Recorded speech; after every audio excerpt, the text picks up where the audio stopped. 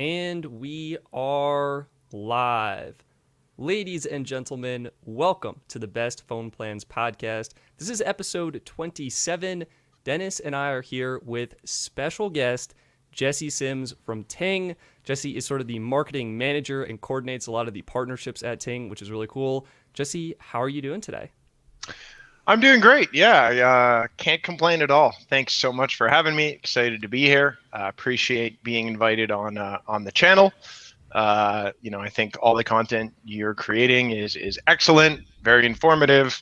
Keeps Americans up to date on the latest and greatest plans. And I think you're kind of one of the pioneers there on YouTube, really spreading the word and sharing ways that Americans can save money on their cell phone bill. And everybody has a cell phone bill, and I think it's a great place to start. And it's not something that a lot of people realize, how many options there really are out there. And people just think about, the big four, which I guess kind of now is the big three.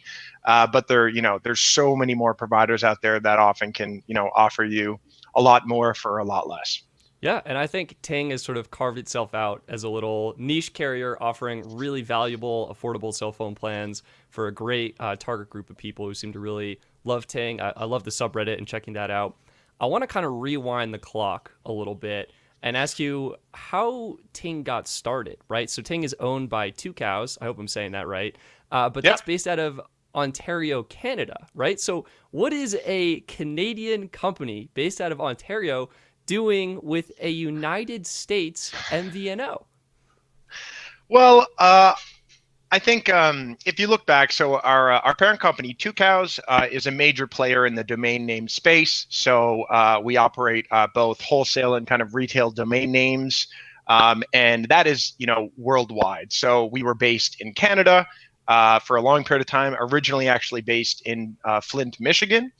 And I think, 8-9 years ago, we decided to kind of move and pivot a little bit and move into the mobile space. And I think originally we actually looked into operating in Canada, but I'm not sure how familiar you guys are with the Canadian wireless industry, but it's very different from the US. There's really three players that kind of all own the same percentage of customers, and there isn't really much real competition. And kind of due to that, they also don't really allow MVNOs to exist. So they don't allow other companies to buy wholesale off their networks and kind of resell that service. And we really realized that we couldn't operate in Canada due to those restrictions. So we thought, why not go south of the border and check out the U.S. And we obviously our other businesses operated in America. We initially worked with Sprint as our partner, and they were a great partner to kind of jump in with and kind of make a space for us in the American mobile industry. And that's kind of why we ended up starting in the U.S. is just because we couldn't really operate in Canada, and obviously the U.S. There's a lot of different carriers and and a lot of and the big carriers would allow other companies to buy wholesale. Like MVNO is a real thing in America, and so that's kind of why we decided to choose the US, is really because we couldn't go into Canada, and then that's all she wrote. Really, we moved on from there, and now are a much bigger player in the US, and Sure, yeah. and yeah, it's a great space. We certainly appreciate having you here. Thanks. Yeah. So who was your guys' target audience when you came to the US? So initially, it definitely would have been families and I would say tech professionals. So those kind of two specific demos. And obviously, these are people in general who are looking to save money on their cell phone service. And, at that point of time, I think we were pretty confident that like 99% of Americans didn't even really know that MVNOs existed when we launched. And it was really our main goal to just spread the word, let people know about Ting. We sponsored a lot, I would say, of popular podcasts and YouTube channels, and tried to really get a lot of kind of news coverage and articles about us at first. And I'm not even sure if we really knew that those segments would be the best for us at the beginning, but over time, it really made sense that families were perfect for Ting because our model originally was just pay for what you use, but it was also postpaid. So the majority of budget cell phone services back then were prepaid, meaning you'd top up your account. You'd add data or talk and text for the month that you were using the phone. But with Ting, you really weren't topping up anything, picking any sort of plan. You would add your credit card on file, and then the amount of talk, text, and data that you used at the end of the month is what you paid. And the better part of that is that usage is all pooled, meaning for families, the more lines you have in one Ting account, the less you end up paying per phone. And back then, not a lot of people used a lot of data, so it ended up, with a family of 4, even if everyone was using data, max might be a couple gigs a month. So Ting was really, really good for families and helped a lot of people get off these large family plans where you'd be paying, exorbitant rates per line, and their bills were easily beyond $100, $150. And we kind of really, I think, hit it off with families because of how innovative our pricing model was compared to the competitors at that point in time. And then kind of tech professionals, just because, with Ting, the less data you use, the less you paid. And a lot of, tech professionals, tech savvy people are around Wi-Fi a lot, meaning they realize that, I can just turn on my Wi-Fi and then I'm not paying anything for data. And a lot of these people had Wi-Fi at home and work. So I think they just really understood that. And also, smartphones were very new back then. And so not everybody knew a lot about them. They didn't really understand, like, how do I check my data usage? How do I limit it? They didn't really, I think, have enough knowledge for like the average person to be a great fit for Ting. But for more these niche tech segments, they really, I think, understood why Ting could be a better choice. So that was kind of, I think where we initially found success with those two kind of target audiences, and really just catering specifically to people who were interested in saving money, in any way they can, which ended up, being cell phone service. That's great. That's great. Yeah. And yeah, I think it's really awesome you guys are able to offer like that kind of flexibility, the pooled data plans. And I think if my memory serves me correctly, I think Ting was one of the very few post-paid MVNOs that were out there, because you are doing the usage and then just billing people for exactly what they used, as opposed to having them overbuy, not use half of their data pool, and then charge them again the next month. So I think that's really cool. But, with the Dish acquisition, we saw Ting introduce some brand new plans and then update them again even recently. What kind of led to that evolution of Ting Mobile's plans, going from that sort of custom plan where you paid for your usage, it was great for lower users, to now offering plans with more and more data? Yeah, so, back at the beginning of when we launched Ting, our pricing model really made a lot of sense because, not a lot of people were using a lot of data, and we realized that, with this really unique pricing model, we could help people save. But over time, we obviously know that data became more and more popular. Talk and text was kind of less important. And over time, it became harder for a lot of people to save money with Ting, just because of the fact that more and more people were using lots of data, and there's nothing really you can do about it, right? With the kind of evolution of video becoming prominent through apps, social media, et cetera, people's data usage were just continually rising.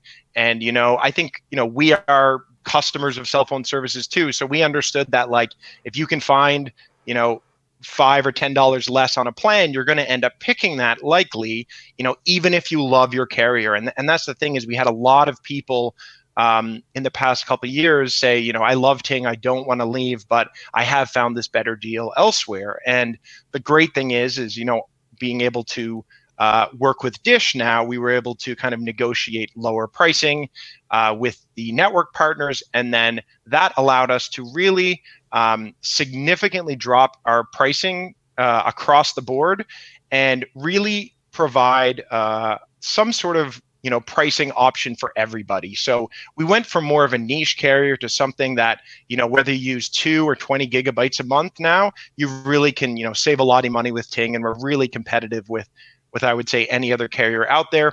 And the nice thing is, because we do have very highly regarded customer service and account tools and features, a lot of people will end up sticking with us just because of that. And so since we can now compete really well on price, I think that, we're in a really good place, and it's great to see that now there's options on Ting Mobile for everyone.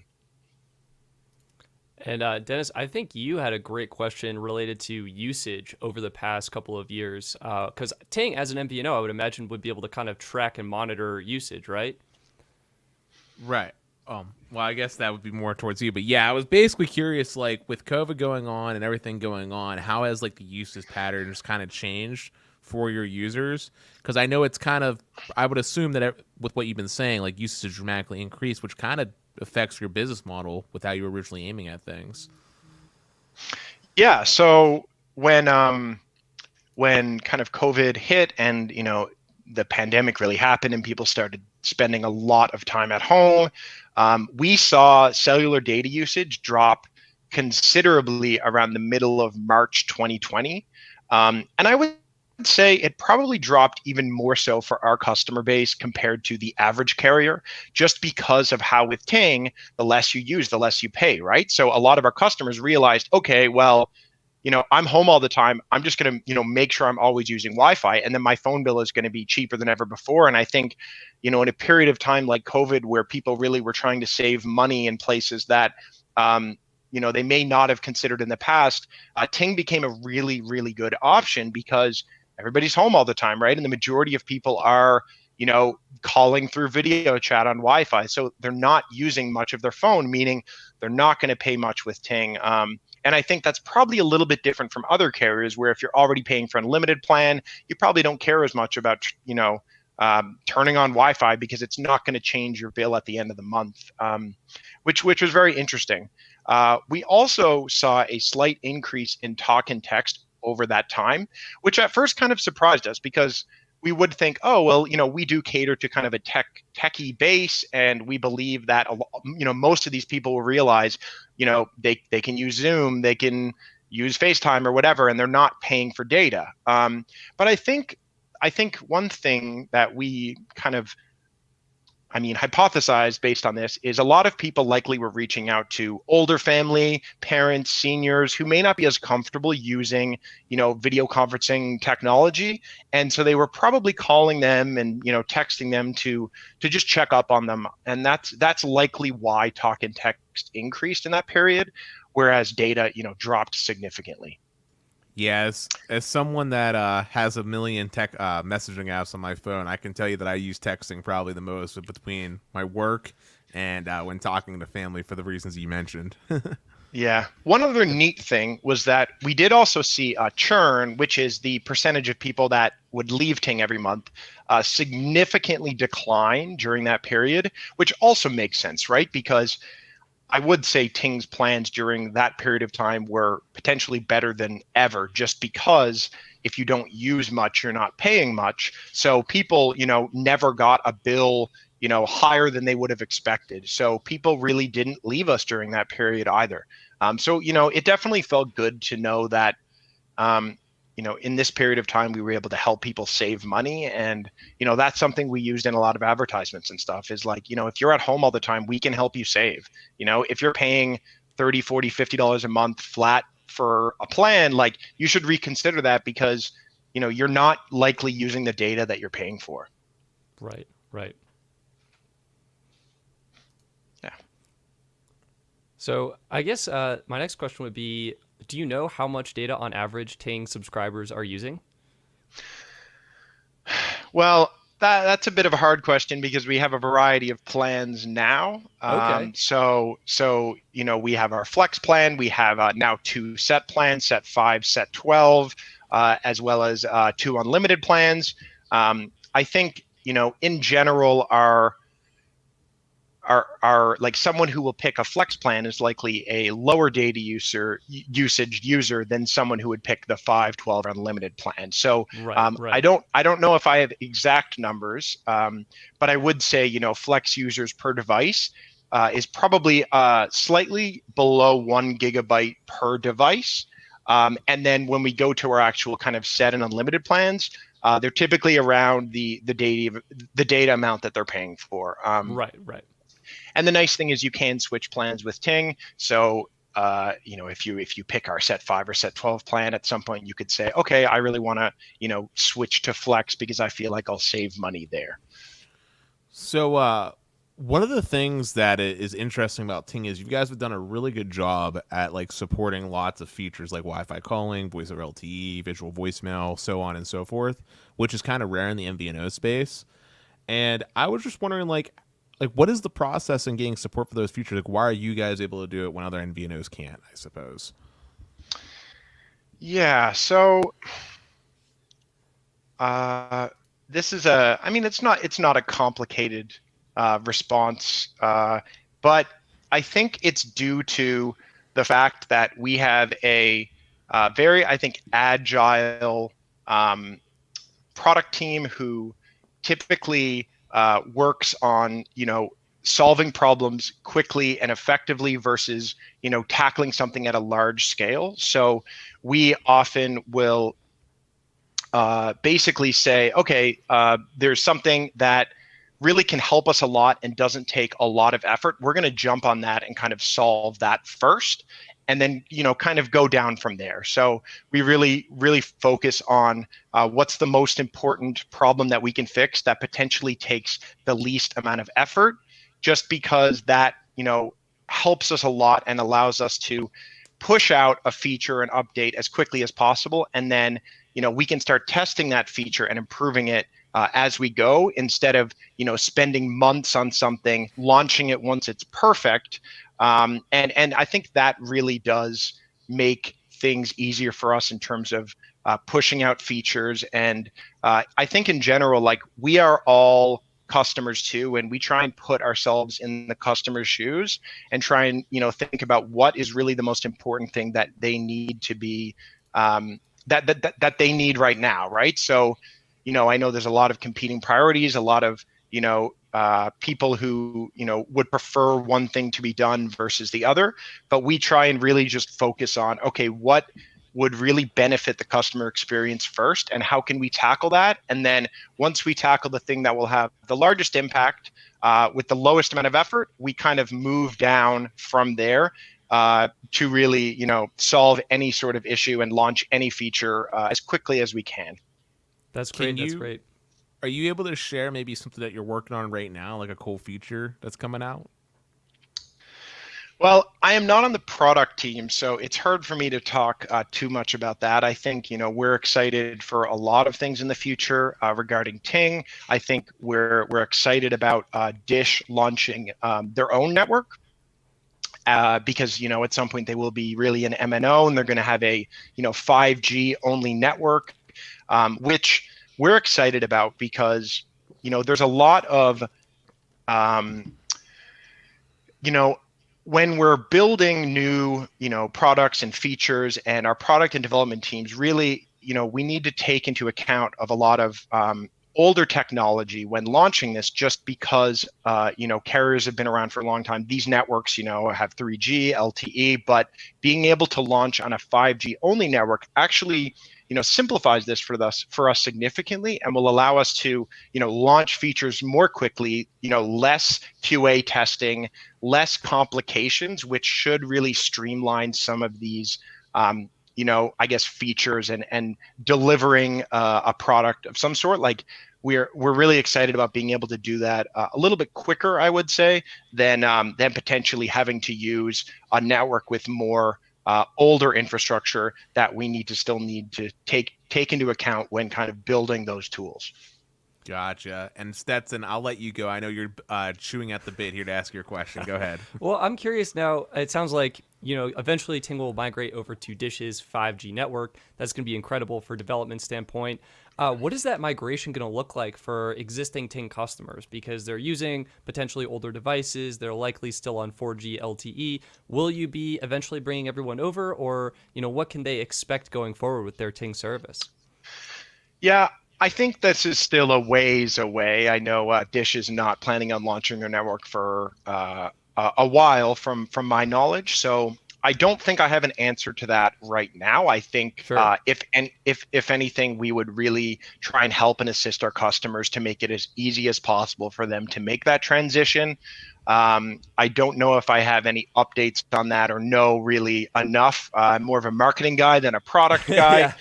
Yeah. But me knowing Ting, I know that we will do our customers right and really try and make that process as effortless and smooth as possible. But I also know that it is likely several years away, so not something to think about too much or worry about at the moment. Sure thing. So I got a really big curveball question that you probably weren't expecting. Can you tell me how you guys got started on Ting Internet? You guys offer like fiber optic internet. I can. I actually worked on internet for, I would say, the first 2 years that we ran the business before we kind of grew internet to a point where we ended up kind of splitting the marketing teams. But we initially wanted to have the ability to own the network that we operate on. In the mobile space, we don't have that ability. So obviously there's limitations there. And we knew that, that's something that Two Cows, our parent company, really wanted to do. So our first kind of initial foray into this was purchasing a fiber internet company in Charlottesville, Virginia, called Blue Ridge Internet Works. We purchased them. We started, expanding their fiber footprint in Charlottesville, and since then we've really tried to identify towns and cities in the U.S. that we feel are underserved by the current internet providers that exist there, and come in and lay our own fiber and try and give them a better experience at a lower price with better speeds in places that really don't have much competition. Like a lot of these places mainly only have Comcast and not much competition there. It's really a monopoly. So I know there is several kind of other companies doing similar things, but there's so many towns and cities in America that I think could be served so much better, and we know that. So we're looking for kind of dense regions that we can lay fiber and light it up and try and help out a lot of people to have a better experience at a lower price. And I know there's a lot of people who are excited to get off Comcast. So it's exciting, and I think it's been doing really well so far. We've launched in many different towns and cities now. We're laying fiber. We're still working on more, and it's exciting to, I think, own the network that you operate on, because it allows you to do a lot more. So what's the end game for that? Like, are you guys dabbling with the idea of like making your own cell phone coverage on like a regional basis? Like, what's the end game for this? Well, I don't think from a mobile perspective we're ever kind of thinking about owning the network.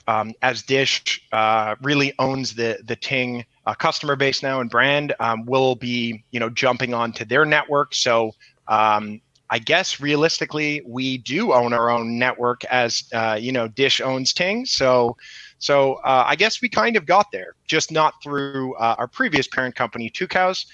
So I do believe that that's going to make things, much better for our customers moving forward.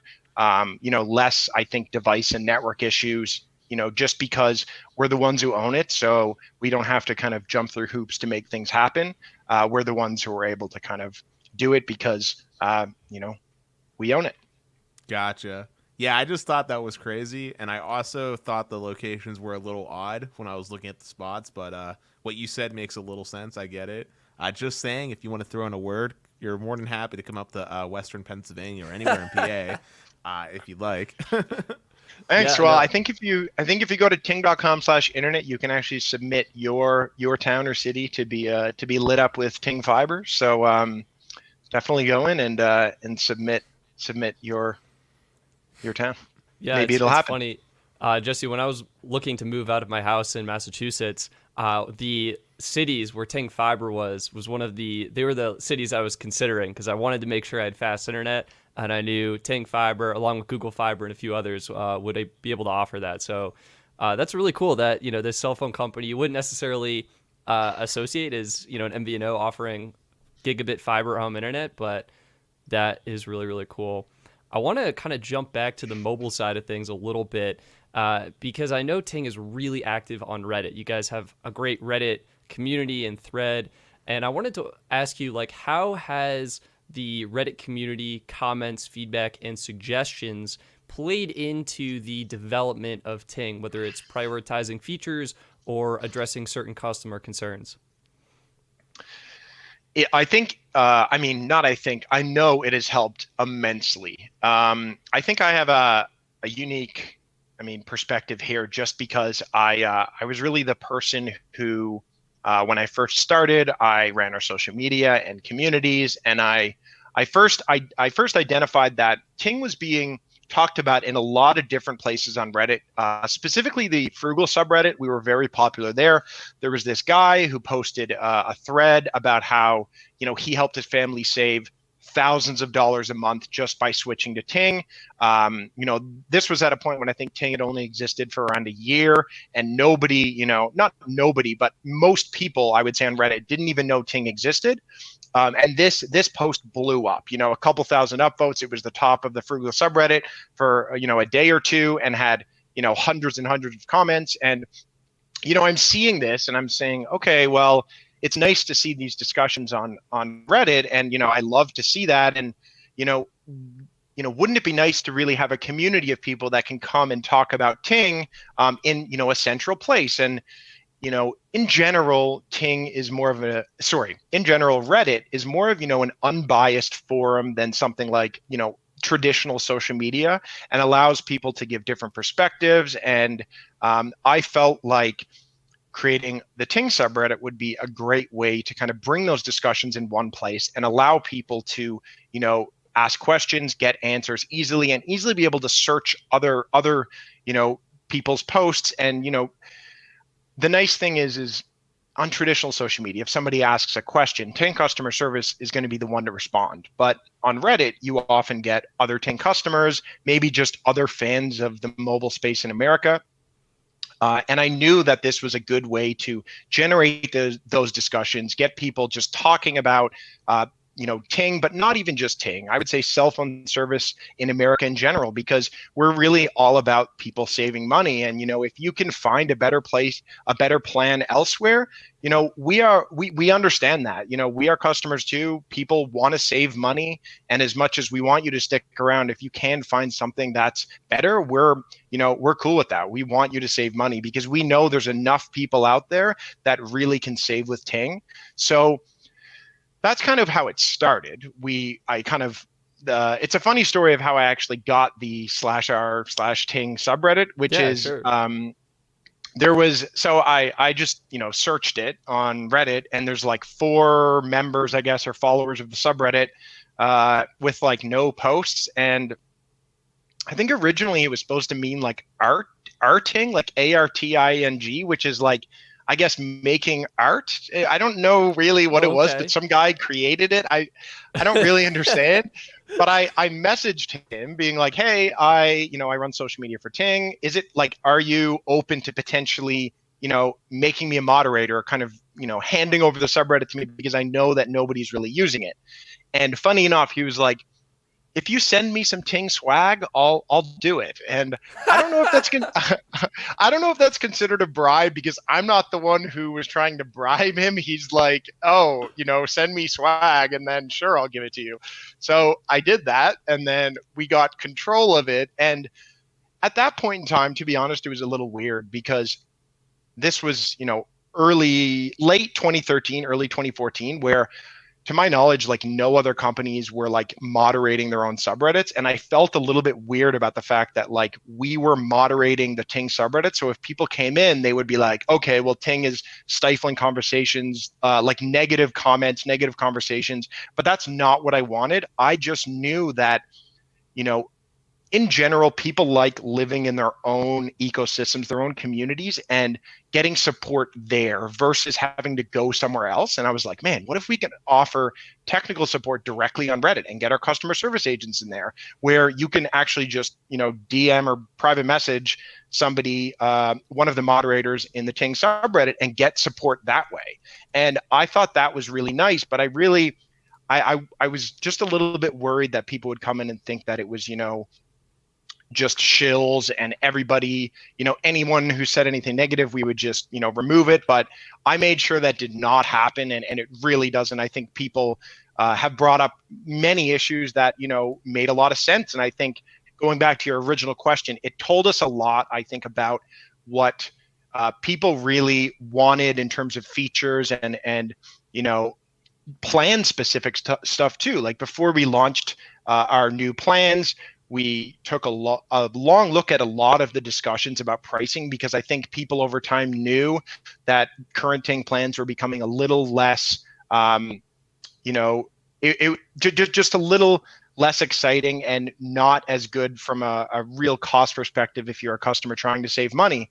So we looked at all of those and really do take into account, any of the comments, any of the questions, the concerns, the suggestions we receive. I would say every day when I, start working, that's one of the first tabs that I open, is just to check it out. And I know our customer service agents do the exact same thing. We actually have an integration in Slack, which pulls in new threads for us so we can easily kind of see them. So we're trying, to stay on top of it, to understand what's important to customers and really try and tackle those issues before they become a larger problem. And I think that's one great thing about Reddit, right? Is like a lot of these people are the first people that might even notice it. They're going to post something about it right away. We can tackle that before it becomes a larger issue. So it's really important, I think, just for understanding, a lot of the diehard fans and what's important to them. And yeah, it's been immensely popular. And since then, I think we have over 4,000 subscribers. We get tens of thousands of page views per month.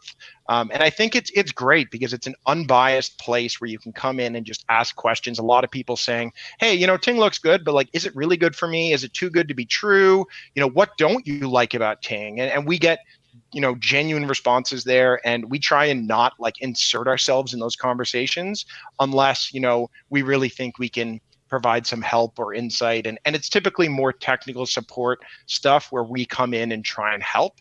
More of the general discussions will either try and give our own opinions, but not try and, position it in a way that makes it feel like we're trying to push everybody to switch to Ting.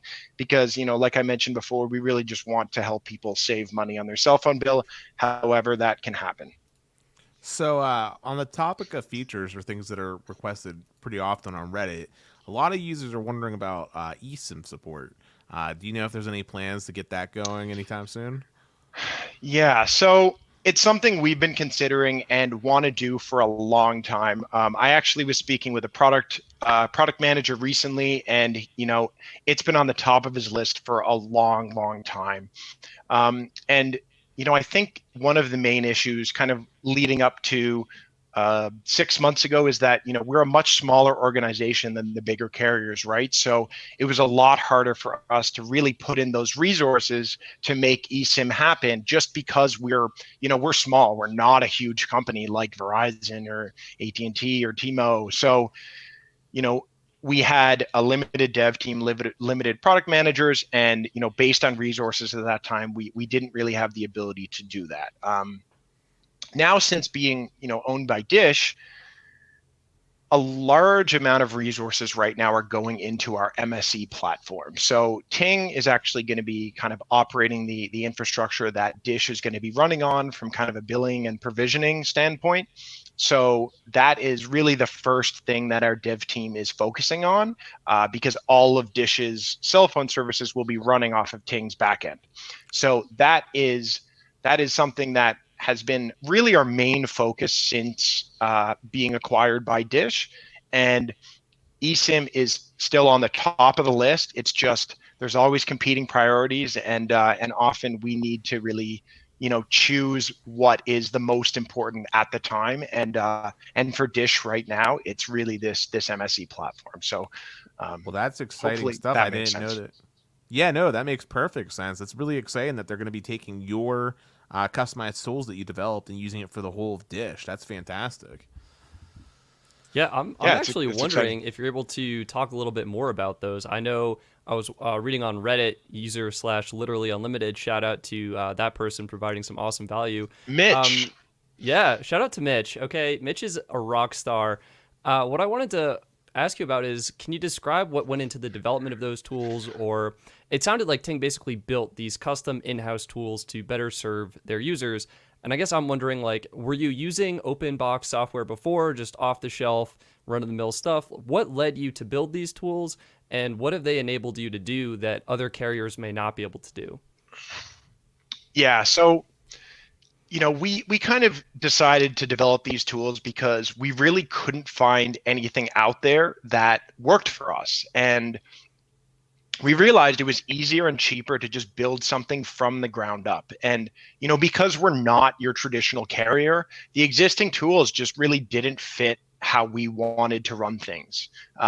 So, we decided to build everything from the ground up. And, that gave us a lot. It just gave us a lot more of an ability to be smarter with how we built these tools and features, and there was less limitations because if we wanted to do something, it's not like we're having to talk to another company or get them to do it.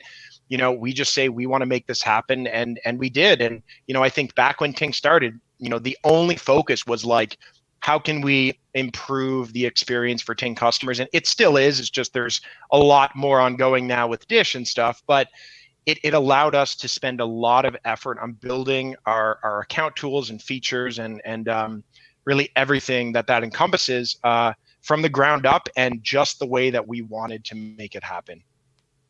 Yeah, that's awesome. And I think like in terms of problems that we would have experienced with like off the shelf solutions is we really didn't end up using them in the first place. So it's because we just couldn't really find anything that worked for us. And and I think, that's the reason why our customer service, I think, is so highly regarded, is because we didn't follow this mold. We didn't say, okay, the majority of carriers out there are using X platform, we have to use this. We just said, we're going to do this ourselves. Like, we know that at the end of the day, we just need to make people happy, and we need to, be able to provide and offer them with everything they need. And we're just going to focus on what's the most important, and then create our own tools to tackle those issues. And that was kind of the initial thought process. Yeah, that's incredible. Can you give like an example of what that allows like a customer service rep to do? Like, what's empowering these people to provide such good service? I feel like when I reach out to other providers, I am not treated with as much knowledge, expertise, and the problem just takes way too long to resolve itself. But when I tried Ting, I mean, it was years ago at this point, but the customer service rep I called was friendly and knowledgeable. So like, what are the tools doing? Are they pinging certain people, or like how is the system working behind the scenes? I would say the reason why our customer service is so good is in part due to our tools, but also I think just because of how we empower our customer service agents to, in general, just help people however they can. This goes so far beyond what a traditional customer service team would do. Our agents don't have any scripts. They don't have to limit calls to any certain amount of time. They can solve all of your issues without having to transfer to anybody else. We give every single agent the ability to do, anything they need to help a customer, right? And sorry. I was gonna say I give you a double thumbs. I was gonna say I give you a double thumbs up for that because I am knowledgeable about how customer service typically works. Typically you have your KPIs, right? Your key metrics that you have to meet, right? If you work for the company, with call adherence time and all that other good stuff. And you're very limited. You don't get freedom of thought, right? It's like you have permissions to do X thing, and if the customer needs help with something else, you got to talk to billing so they can do that one thing, and you got to talk to X, Y, and Z before you can actually get the job done, or you have to file a ticket to go off to some higher power that you can't actually talk to, right? The tickets. And the funny thing about that is I think transferring departments would end up making these calls longer than if they just got one person to solve it in the first place. So, as much as we aren't saying, okay, you need to be off the phone after 3-4 minutes, I think in general, we probably solve people's issues faster than a traditional carrier just because there is no jumping from department to department. And every time you call someone and they transfer you, they end up asking you all those like intro questions again. And you're just like, I already told you my account number. I already told you this.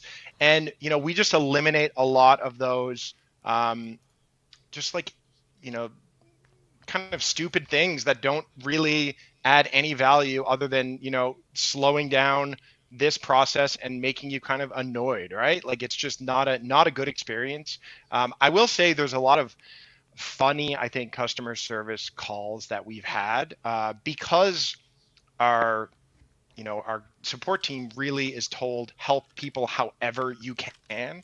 This goes very far beyond just helping them with their cell phone bill and their cell phone service. Like I've heard, I think we help with a lot of apps and stuff too. So someone might call in and be like, Google Maps isn't working for me. Like I'm trying to press this button, but I can't, and it's not working. And, often these agents will like pull out their own phone, they'll open Maps and they'll say, okay, you need to click on this button, you'll do that. I know there's a lot of people as well who sometimes just want to talk. Like they'll call in and maybe they're a bit lonely. And I know, a lot of agents will just chat with people and they have a lot of good experiences that way. And I think, I don't know if you realize it, but there's a lot more people who do call in who, sometimes I think are a little lonely and don't mind talking to someone. And I think as an agent, you're told help this person however you can.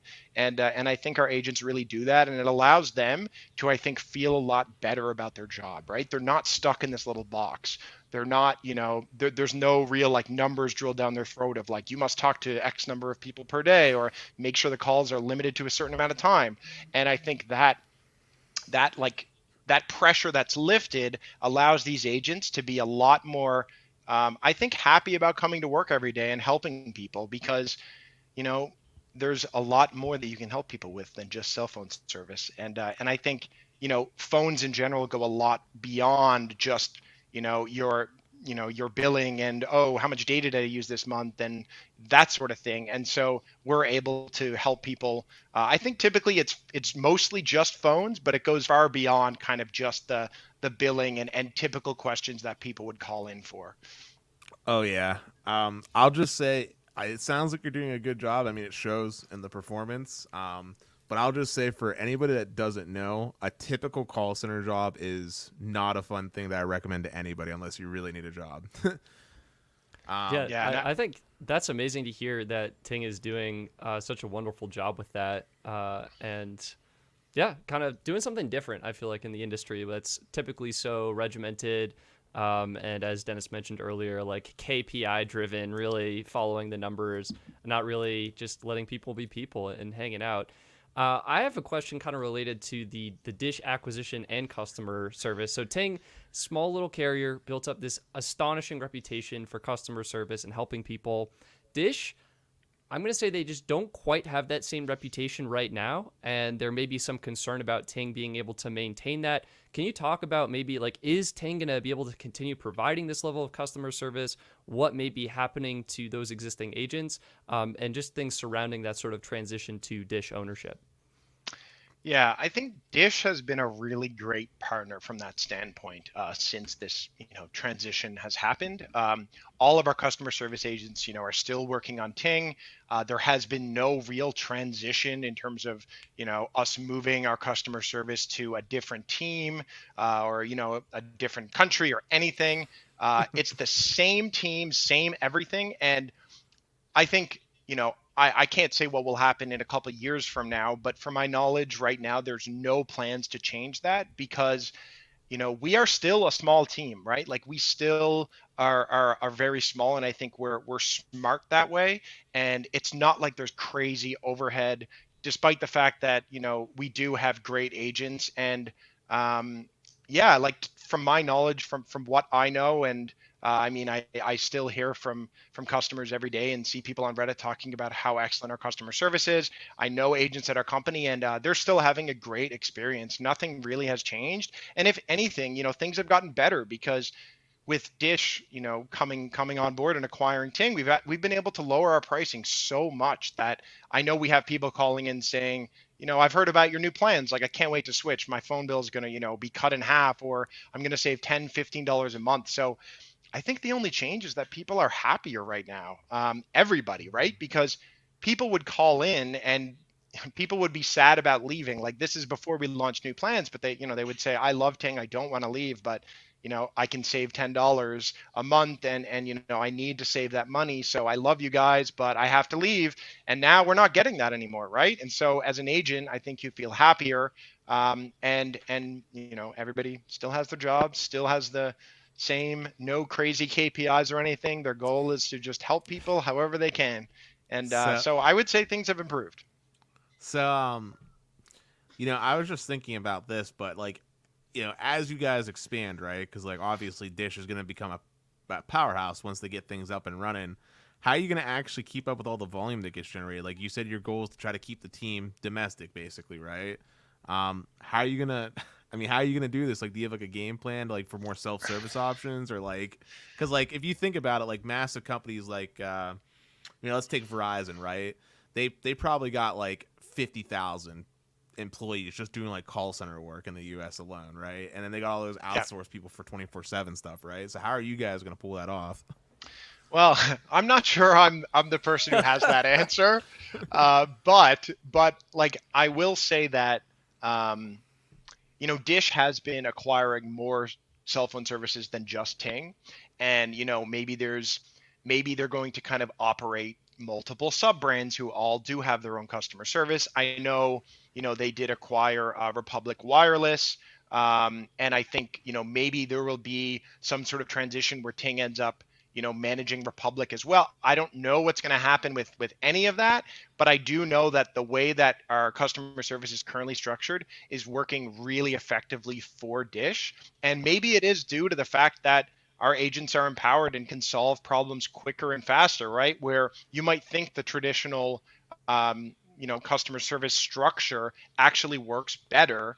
But maybe, and from my perspective right now, I think we're able to really help customers quicker and better than that traditional setup. So perhaps, we just continue to grow. Like, we do have, obviously with the future now, everybody's working from home, right? So I really don't think it would be too difficult for us to expand our teams and continue growing that, but continue with the smart way that we empower our agents. I don't think it would be anything too hard to do, but I also am not an expert. I'll just say real quick, I don't think the current structure for customer support is good by any stretch of the means.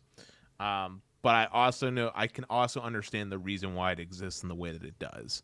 And by that, I mean, like, when you're such a large company, right? Like, I'm going to take Verizon again because they have their hand in like everything, right? They sell home-based internet. They got their Fios product. They got their wireless. They got X, Y, and Z, right? It's really hard to train somebody to know and be informed about all these different products, especially when the turnover rate for call center jobs is something like 70% or something really ridiculous like that, right? So, like, if you're an employer, you look at it, you're like, okay, I'm out to make money. I'm going to do this in the cheapest way possible. I know that out of like a class of 100 people that I hired, there's only going to be like 10 of you guys that stays for like longer than X amount of years. So that's one of the reasons why they probably divvy it up, right? Like, you want your salespeople being just sales, right? You want your tech person being just IT, because then you can kind of segmentize and shorten the training length of time and not have to worry about all that good stuff that goes with it. As a smaller company, you guys probably had an easier time, because it's got that family feel. It's not really like a number. But as someone that like understands like the KPIs and all the automation that goes into it now with AI, like I don't know if you guys do this or not, but I know companies like Verizon literally track like the tone of your voice. They have like an automated machine that tracks like the tone of your voice when you call someone. Oh my god! To like see what the customer interaction's like. That's how deep they get into like those measurements. Yeah, I would say, I know that, we don't have the turnover rate of a typical call center. And I know that's also because we do a lot of promotions from customer service into other teams. So like like always. Like I know so many people that started in customer service that now work on the product team, on the dev team, in marketing, like so many people that have the ability to really grow beyond that role, because we do, I think, a really good job of promoting internally and, finding people that, are high achievers that have a lot of passion and drive, and, and then we really, I think, set a good example where when new people come in, they say, okay, well, if I really work hard and prove myself in this role, like I have the ability to try something new. And we actually have a really neat campaign, I guess you'd call it a campaign, that our HR launched, where it allows you to try something in another part of the business for a small period of time. So it's kind of like a small part-time role within your full-time role to really get you experience in a different field. And so, a lot of people who come into customer service, that isn't their end goal. That's not where they really want to live forever. So they're able to really dip their toes in some other part of the business. And if they like it and if they succeed, they have the ability to really grow and move there. So I think because of that, our turnover rate ends up being a lot lower, which in general allows us to kind of keep this structure because we don't need as much rigidity in how it's built. That makes sense. And sorry for dragging that on. I actually got more No, it's interested okay. in as we talk. So, Yeah, where is your customer service team based out of right now? Like, obviously, you're an Ontario, Canada company, but is it in the U.S.? Is it in Canada? Where are you located? It's also in Toronto, Ontario, Okay. Canada. Yeah. Yep. So, I worked on our main floor of our building, and then the top floor was all customer service. So Wow. same They got building. the view. I know, right? They have Now- all the nice windows and everything. I mean, now I have some windows because I work at home, but yeah, Yes. Yeah, so with work from home, like, are you guys still limited to just Canadian employees, or are you guys also taking people in the U.S., or does that get complicated? So as much as Ting's headquarters is based in Toronto, we have employees, all across the U.S. So we have a warehouse in Starkville, Mississippi that does, shipping all our devices and our SIM cards. We're a fully remote company now, so we're hiring people from anywhere. So it's really not about being in Toronto now nearly as much as it used to be. Like, I don't think it's a requirement whatsoever. For me personally, like, I don't know if I want to work from home full time forever. I don't know if that's kind of my style. I like to I think from a marketing perspective, being creative and brainstorming, like there's something about being able to like bounce ideas off people in person that's just not really the same, I find, virtually. So for me personally, I kind of like being here and hope that when the world goes back to normal, we'll be able to at least maybe meet, a couple times a week.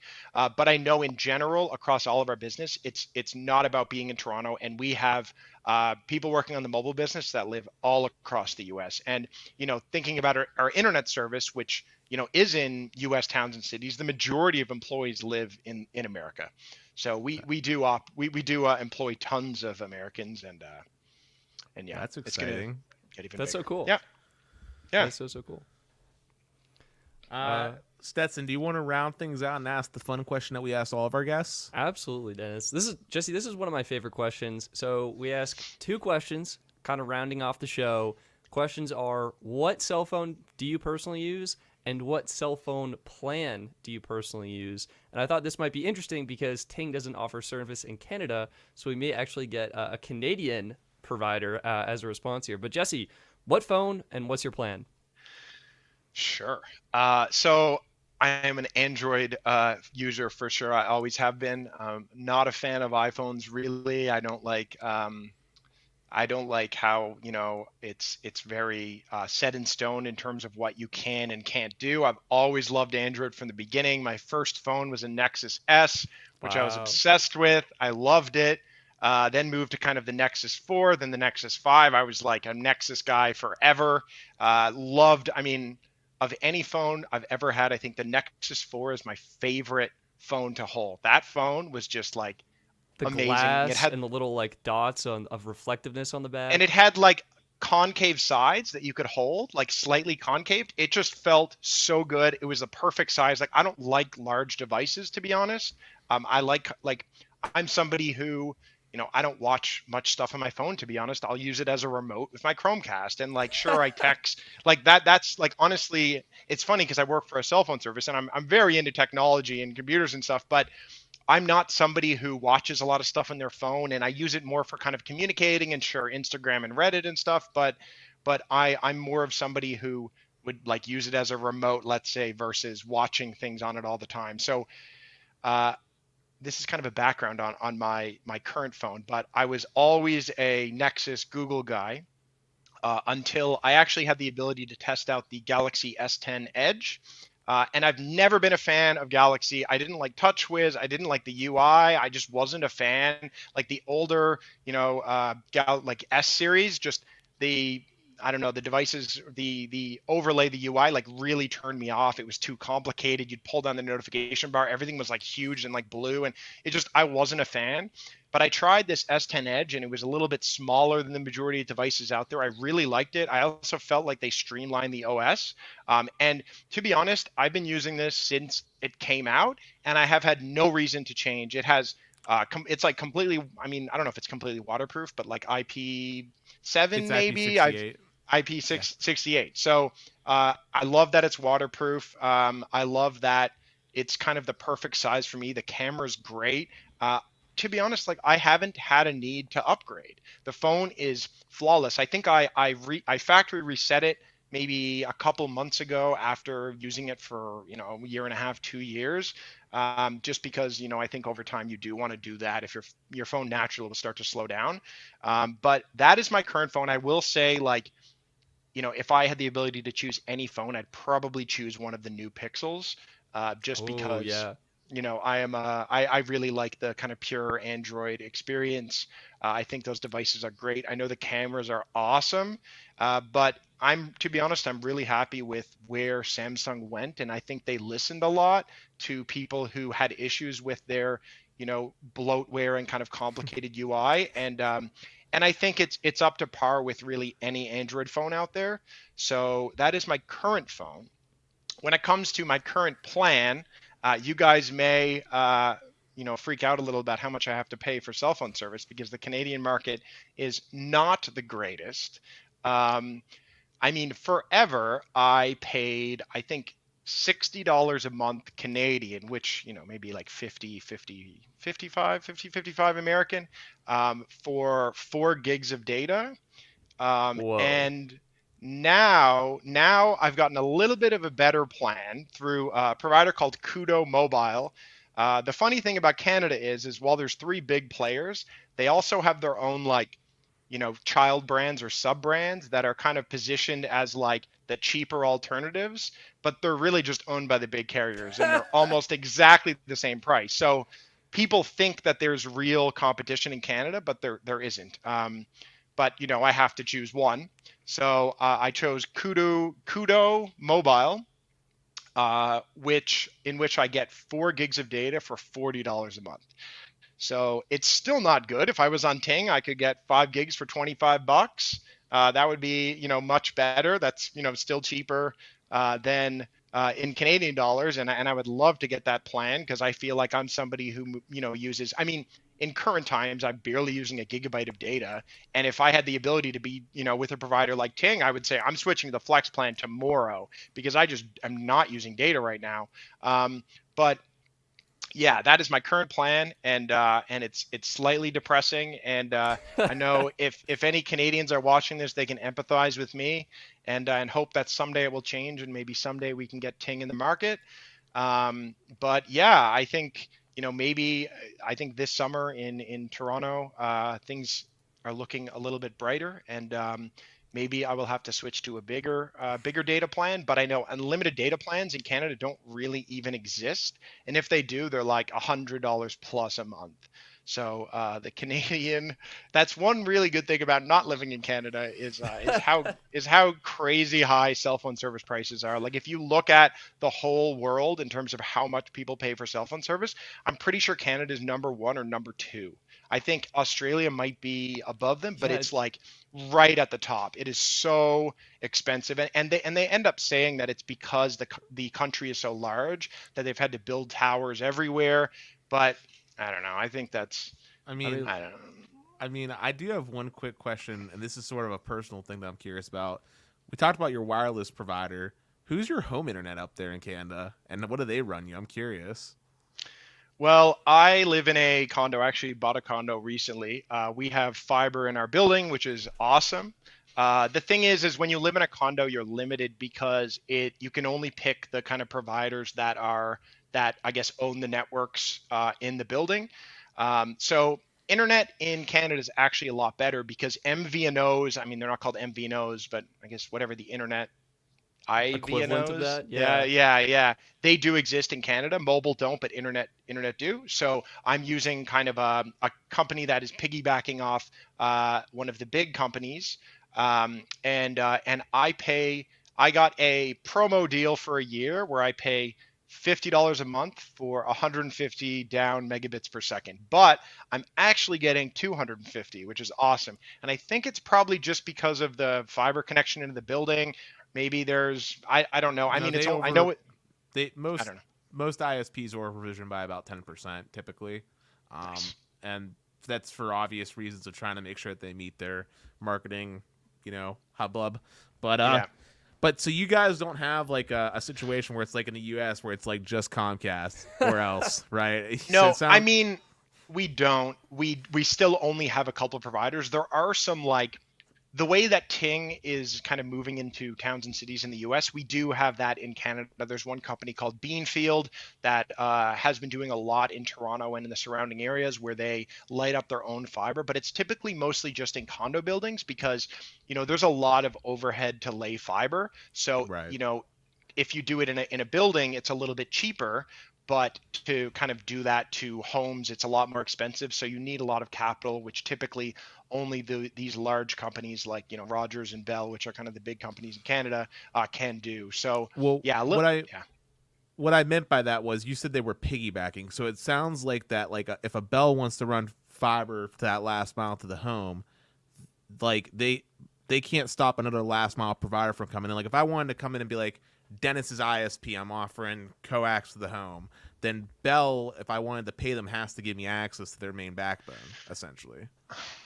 I'm I don't I'm not like I don't know for sure, but I know that there is some regulations around that these big companies have to allow other companies to use their network. So Yeah. I don't exactly know the restrictions there, but I know that other companies. One of the big ones in Ontario is called Tech Savvy, and it's they've been, I think, doing a really good job in terms of their marketing and in terms of their I think just brand awareness to really spread the word that you can choose an internet service provider that isn't one of the big companies.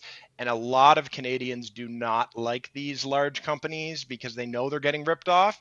So, they're all kind of swarming to switch to these smaller providers, which is really what I did.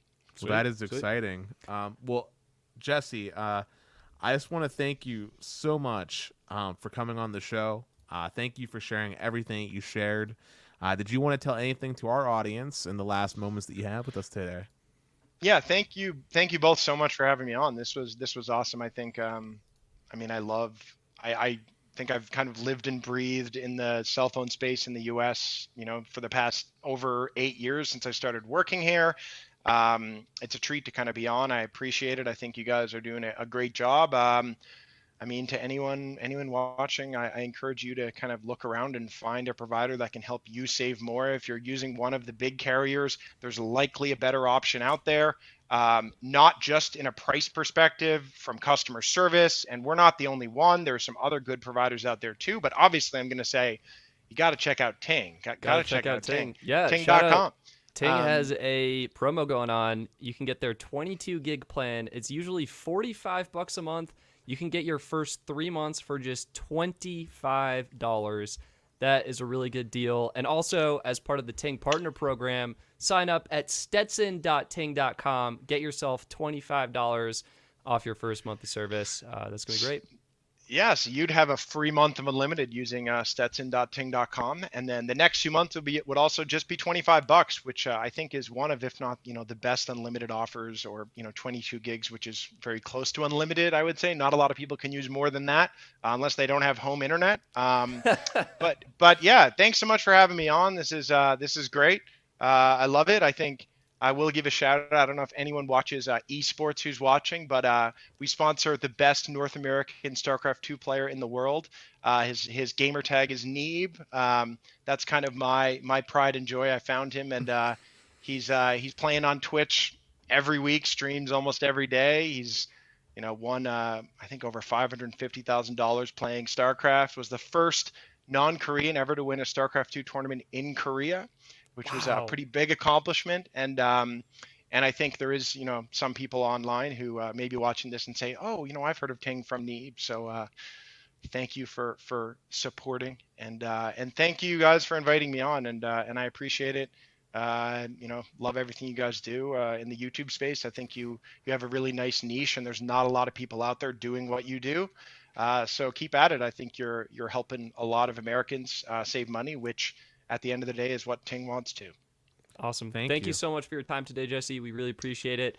Thank you, everyone who is listening. Take care and have a great rest of your day. Peace. See ya. Peace.